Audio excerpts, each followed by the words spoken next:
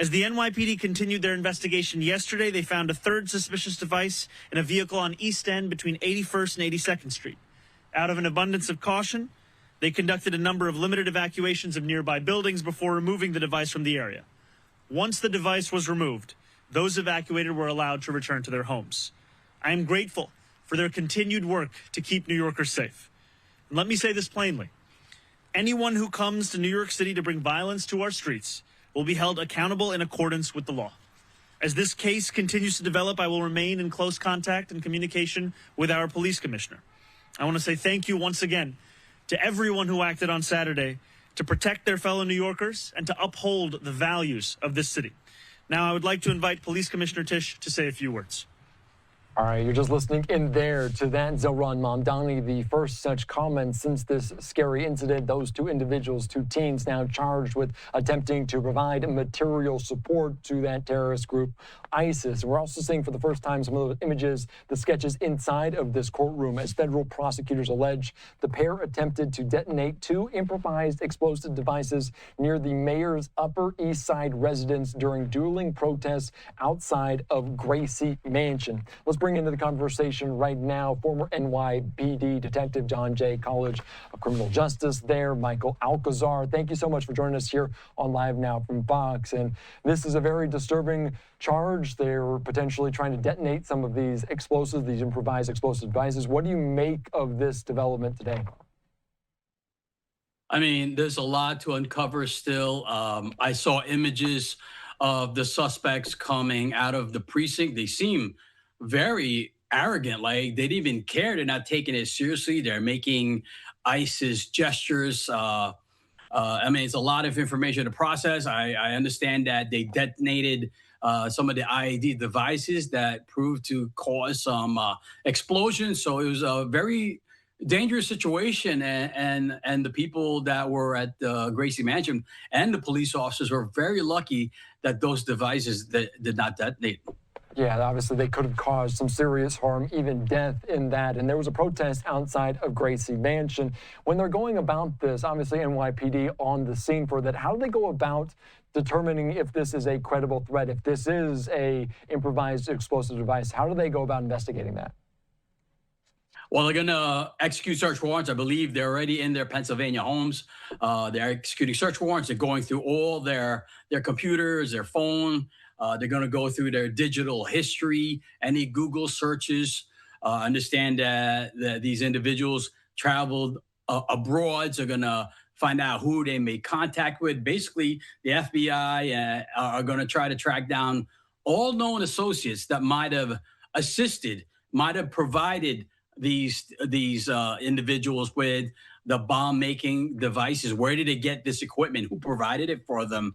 Where did they learn this? So it's going to be a process that's going to be very diligent, because they want to, of course, identify any other potential suspects, any other planned attacks that might be in the future. Yeah, and obviously potentially radicalize these individuals just 18 and 19 years old. How do they look into the background, the radicalization of these individuals, because they are now being charged with those material support of ISIS? How do they look into these terrorist ties? Again, they're going to go look at their travel. They're going to talk. They're going to interview family members, their friends. They're going to look at their social media footprint. They're going to look at their history, their chats, their emails, again, trying to identify any individuals that might talk to them, right? It's a daunting investigation. Hopefully people are cooperating that may have known some information. How did these teens get radicalized by ISIS? Who were the people that they were in contact with? So the FBI, they might even utilize undercover operations when they're doing this, when we're talking to these individuals, and when they're interrogating the suspects. These are young men, right? And I think they're idealistic. I think they want to tell their story. I believe that they want to say why they did this. So we don't know what information they're sharing right now with the investigators. Hopefully it's something fruitful that we can use, again, to prosecute them and also to prevent any other planned attacks. And sometimes when you're looking for this, you're trying to kind of weed it out and find these telltale signs. The fact that they are just 18 and 19 years old, is that potentially in line with being that impressionable age that might lead to this? Yeah, I would think so. I mean, if they are in fact radicalized because of their age and because of their demeanor right now, I feel like just watching them, they seem so carefree, like they don't realize the seriousness of the charges and the prison time that they're gonna face. So I don't know if it hit home yet, but I'm sure it will. Once they've been in prison for several days and going to trial, they'll probably, hopefully, they'll want to cooperate and identify any other individuals that might have been linked with them that assisted them.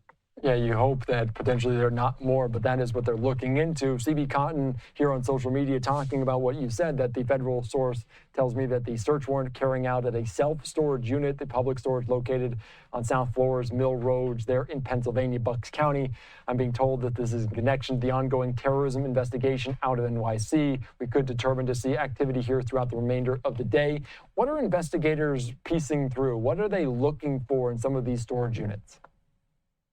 Again, they're looking for any equipment that they might have used, where they purchased it. They're also going to track their surveillance, like how they traveled. Now that they identified the storage unit, who has access to it, who rented it out. I'm sure they're going over any kind of footage that they recover of suspects that might be working with these two individuals. It's going to treat it like a crime scene. They're going to process it. They're going to see what kind of evidence they can gather from it, any DNA, fingerprints. Bomb making tools, signatures, right? Most of these bomb makers have a signature design when they're creating a device. Hopefully they can link that to somebody that's already known to the government. What other kinds of warning signs or behavioral traits are out there that investigators might look to that indicate someone is in line with what's going on here, that they materially support ISIS? What other is investigators looking at?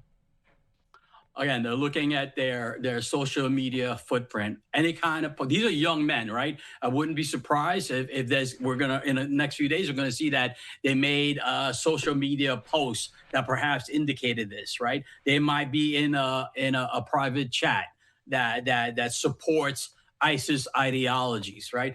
They're gonna go through every digital footprint that they can uncover, and hopefully it will reveal information about this plot, their connections, what their plans were, what they were hoping to succeed, and again, help us prevent future attacks with the information that we get from them, from the interrogation, and from what we're gathering from their electronic devices. And Commissioner Jessica Tisch was asked today about how they'll police protests moving forward, because this was at a very highly secure location, albeit outside of Gracie Mansion. How might police change their tactics? What potentially could policing look like at protests moving forward? I think I'm glad you asked me that question.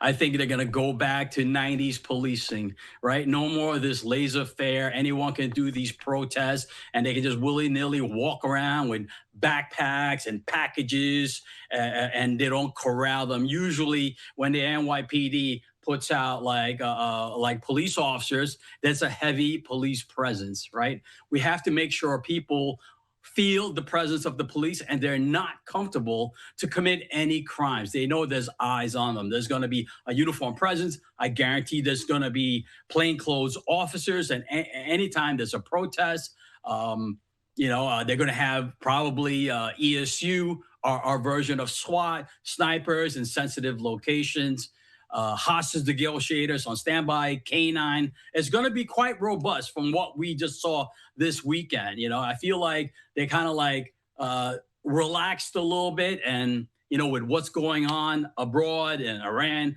we really have to make sure we harden the targets, right? We can't just take it for granted that nothing's going to happen. This is a sensitive location. All sensitive locations are going to be manned by police and by investigators, because we want to combat this. We want to prevent this. Yeah, and will the possibility of eliminating protests outside places like Gracie Mansion, will that be something that you mentioned in some of these hardening the topics? Will they even be allowed to be out there? I would absolutely not be surprised if they did that. Again, these are soft targets. These are sensitive locations, right? If you remember, if you watch the video, the protesters were right up against Gracie Mansion, right by the fencing. They could have easily just thrown anything over there, right? It was not a secure location. So they would absolutely establish perimeters, perimeters where protesters can do their protesting. They'll never eliminate that, but they won't be as close to locations like Gracie Mansion, the United Nations, right? You're going to be across the street, corralled in barriers, and there's going to be a uniform presence that's watching you the whole time. How much of a heightened awareness is there? You mentioned the ongoing conflict with Iran. President Trump was asked about sleeper cells here in the United States, and New York City, obviously very emotionally familiar with this. Unfortunately, how much heightened awareness, and is there anything more they can do to maybe try to mitigate this, try to eliminate any of these potentially sleeper cells out there in the Big Apple? I think in conjunction with the FBI, the NYPD is working with them through our joint terrorist task force. They're combing through social media posts, any kind of credible threats they're entertaining. I'm sure that's, again, beefed up more given what happened this weekend. And it's a wake up call for every city in the United States, because, I think it's going to happen again. These people want to make a statement. Look how arrogant these kids are. They actually probably like the notoriety. So we have to, we got to, strap on our boots and make sure that we identify these individuals and hopefully eliminate the threat. And is that something preemptive that police can do, or will more likely be doing now if they have or see ties, behavioral traits closer to some of these terrorist threats? Yeah, I mean, we have a counterterrorism division. That is exactly what they do. They're proactive. The FBI has a counterterrorism division.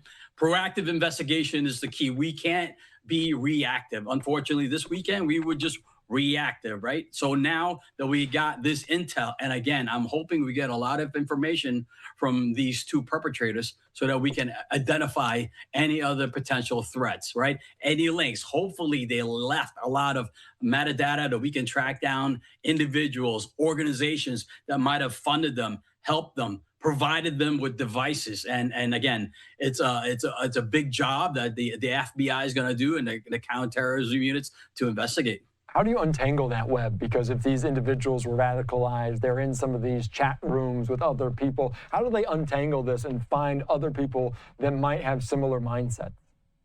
Yeah, they're going to identify anybody that they had communications with.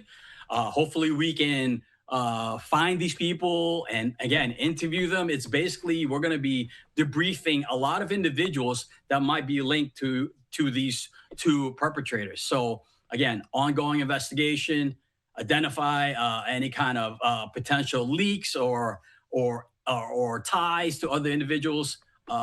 It's a big investigation. They're going to have to, again, debrief a lot of information from these individuals that might have information that can prevent, again, a future attack. Yeah, obviously a very scary incident there over the weekend. Michael Alcazar, thank you so much. I appreciate your insight here on Live Now.